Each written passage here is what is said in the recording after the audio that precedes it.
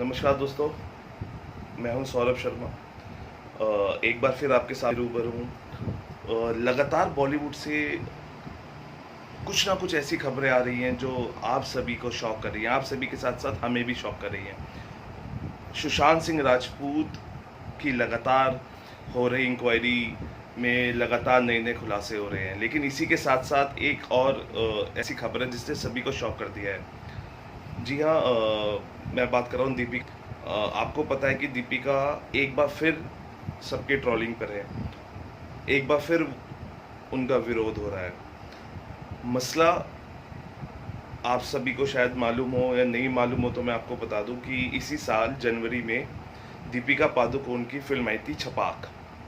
बहुत ही sensitive film थी, एक सच्ची कहानी थी, ट्रू स्टोरी थी। लक्ष्मी अग्रवाल एक एसिड अटैक सर्वाइवर है, उनके ऊपर ये बनाई गई थी।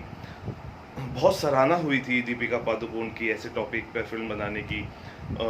लगातार उनको सराहा जा रहा था, उनको अप्रिशिएट किया जा रहा था, उनकी तारीफ़ें की जा रही थी। लगातार इस सब के बावजूद उन्होंने कुछ ऐसा कर दिया जिससे वो लगातार ट्रॉल होती रही, उनका विरोध हुआ। हम आपको बता दें कि जनवरी में जब दीपिका पादुकोण दिल्ली आई थी तो मीडिया इंटरेक्शंस उनके हुए थे, मैं भी वहाँ पे था। हमने भी उनका इंटरव्यू लिया था छपाक के लिए, बहुत ही कॉन्फिडेंट। जैसे जैसे हम बात कर रहे थे उनसे इंटरव्यू के दौरान इस सेंसिटिव टॉपिक पे, उनकी आंखें कई कई बार नम भी होती दिखाई दी, उनकी आंखों में आंसू भी दिखे। लगा कि हाँ वाकई एक सराहनीय कदम। लेकिन ऐसी कोई खबर नहीं थी कि दीपिका पादुकोण जेएनयू भी विजिट करेंगी। उन दिनों जेएनयू में काफ़ी प्रोटेस्ट चल रहा था, काफ़ी विरोध हो रहा था, वहाँ के स्टूडेंट्स कर रहे थे। ऐसे में एकदम मीडिया में खबरें आया पादुकोण जेएनयू पहुँच गई हैं। जेएनयू क्यों जाना उनका मकसद था जब इतना अच्छा वो कर रही थी?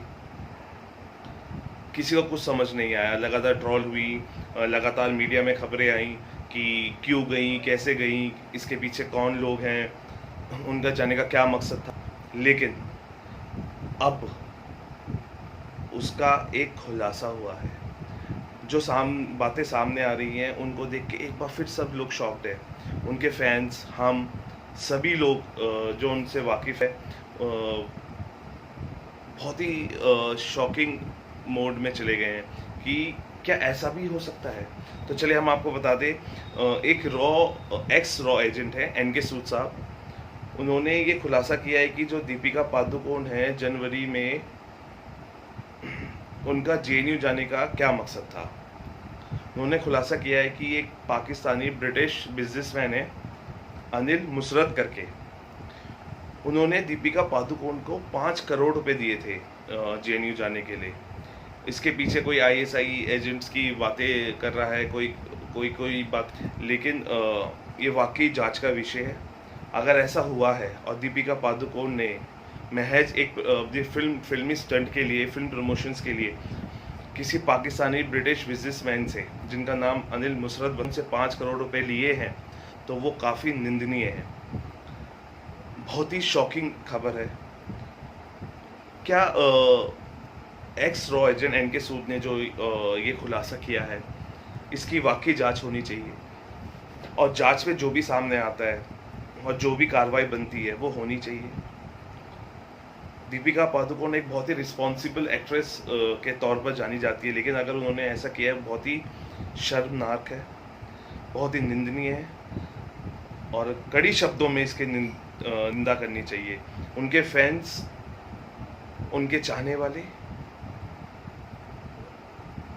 जो उनको अपना लड़की आदर्श मानती हैं, और बहुत सारे ऐसे लोग हैं जो जिनकी वो फेवरेट एक्ट्रेस के तौर पर वो गिनी जाती हैं, और बहुत लोगों की फेवरेट एक्ट्रेस भी है। कई फॉलोअर्स हैं उनके इंस्टा पे, काफ़ी फ़ैन फॉलोइंग उनकी है। लेकिन हम यही कहना चाहते हैं कि लगातार जैसी बॉलीवुड में खबरें आ रही हैं और जो गलत कर रहा है उनके खिलाफ कड़ी कार्रवाई होनी चाहिए। मैं लगातार 12-13 साल हो गए बॉलीवुड को कवर करते करते, लेकिन फेसबुक लाइव और इस तरह का लाइव मैंने कभी किया नहीं, क्योंकि बहुत ही कम ऐसी खबरें आई। लॉबी हो रहा है, बॉलीवुड गैंग है, ऐसी खबरें लगातार आती रही। लेकिन एक ब्रिटिश पाकिस्तानी ब्रिटिश बिजनेसमैन से फिल्म प्रमोशंस के लिए 5 करोड़ रुपए लेना और 5 करोड़ रुपए लेके जेएनयू जाना वाकई निंदनीय है। इसकी कार्रवाई होनी चाहिए और जो कार्रवाई में जो भी सबके सामने आएगा वो उसके सामने आएगा ही।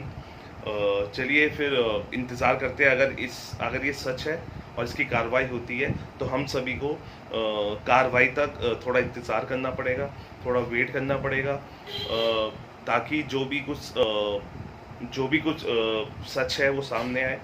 और हम उम्मीद यही करते हैं कि जल्द से जल्द इस पे कार्रवाई होगी और सच सभी के सामने आएगा। धन्यवाद।